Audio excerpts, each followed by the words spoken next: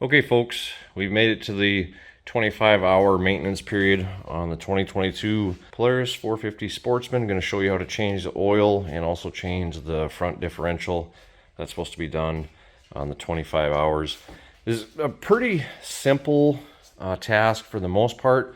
I've had a couple issues, an issue with the drain plug here, trying to get that out, and I'll kind of walk you through that and show you how not to do what I did that gave me some issues.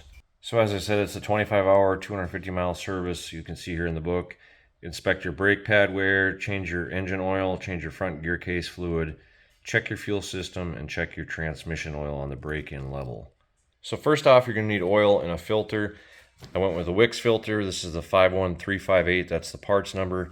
And I went with Amsoil. I've used Amsoil in my boats, in my previous ATVs, and I used it in my vehicles. It's pretty good stuff. I think I don't know, it's probably better than the Polaris oil.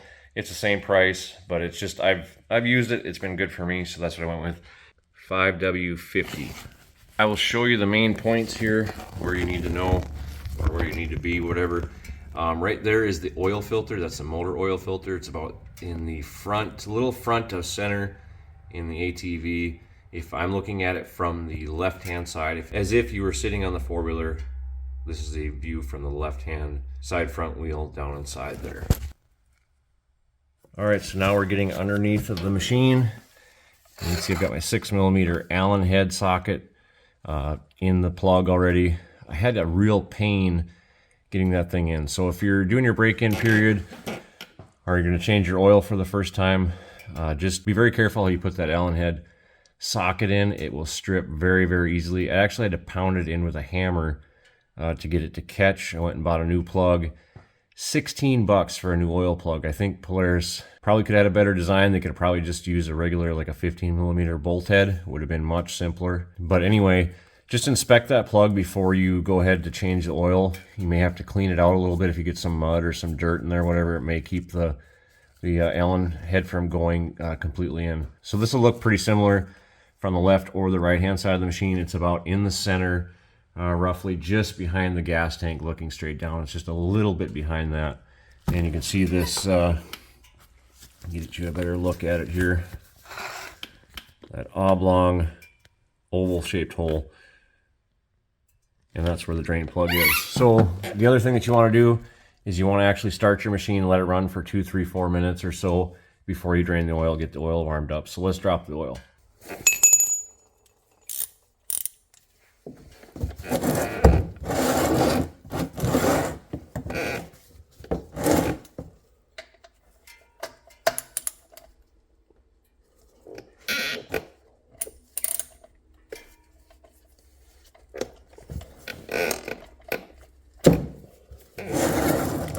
Polaris doesn't give you a whole lot of room to work here. The machine can only be so high. I guess you could have a lower oil pan.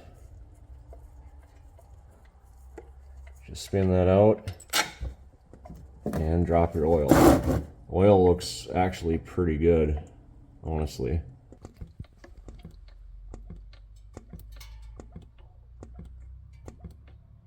So we'll let that drain for 20 minutes or so, or until the oil completely comes out. I like to let it, sometimes I'll let it drain overnight just to get all the crap out of there, whatever, but at least let it flow, obviously, until all the oil is out.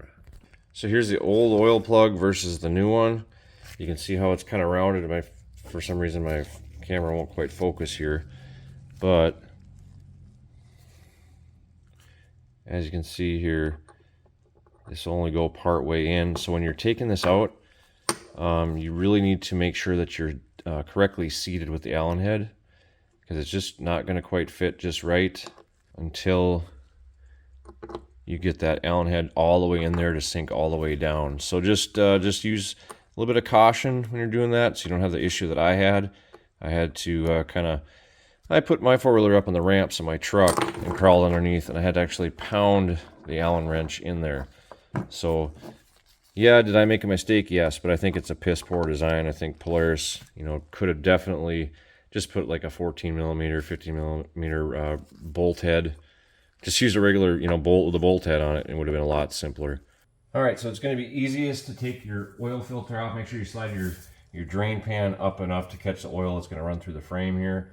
Polaris tightens the crap out of these filters, so you're gonna need a filter wrench to break it loose before you can get at it by hand.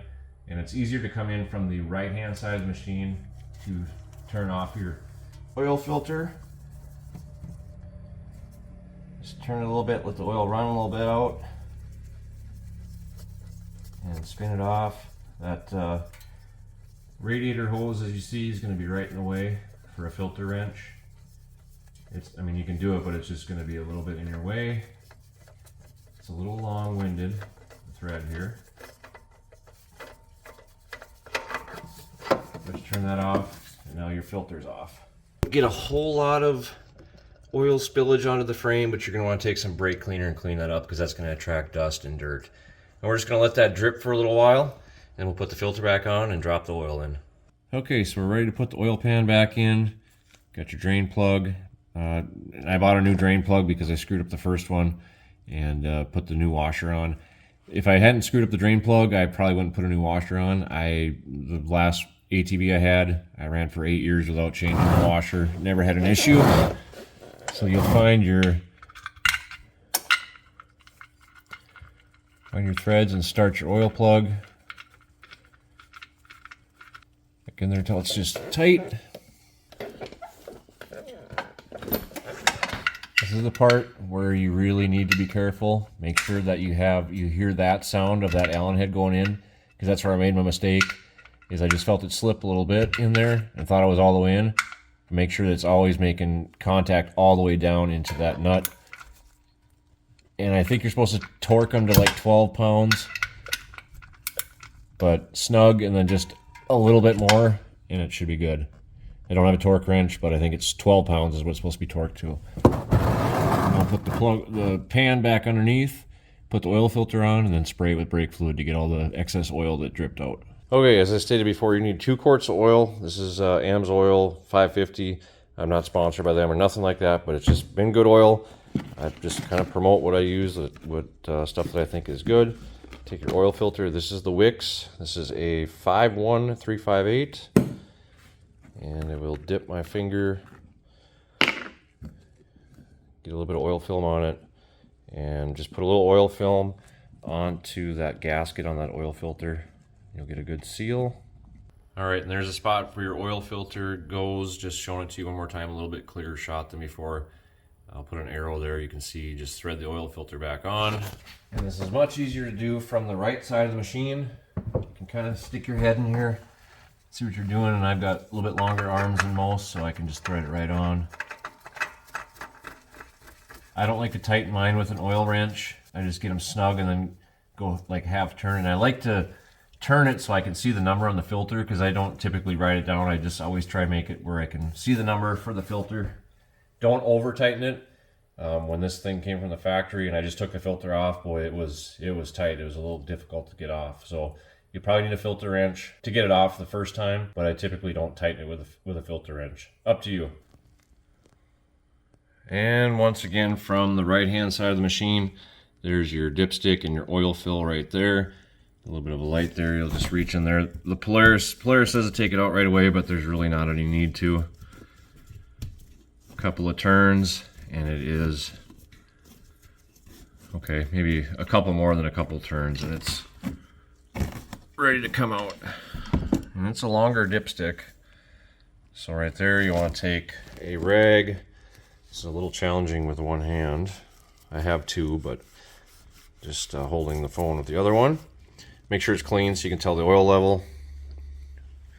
Take your funnel, which actually works out just perfect. Now we're ready to dump in our oil. Try to do it without getting it all over the place.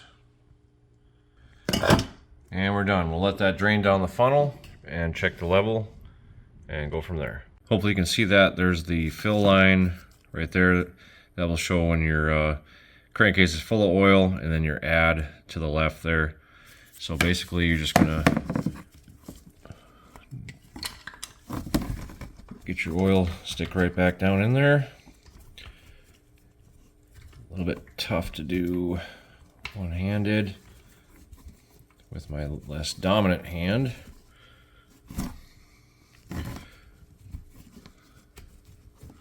And again, this is on the right side of the machine, right before the rear wheel well. Got a little bit of a longer thread to it. Get it in there tight. Then we'll take it out and check the oil level. Okay, so make sure you got your oil in there, your plug and your filter. You will fire the machine up. Let it run for about probably 30 seconds to a minute. Let it fill up that oil filter before you check your oil level. So after you've let it run for a couple minutes, just reach back in here, pull out your dipstick, and try not to get oil everywhere. Check your oil level. And that is full. So that is how to change the oil on the 2022 Sportsman 450 HO from Polaris. That is part of the 25-hour interval service. On the next video, I will show you how to change the front differential oil. If you got a winch, it's a little bit more of a process than it is without a winch. It's not an overly tedious project. It's pretty simple. It'll take you about a half hour. Just got to take 8 bolts out, move the winch out of the way. Hope this video helped you out. If you just purchased one of these and you're just wondering how to change the oil, hope you can get out and enjoy God's great outdoors. See you on the next one.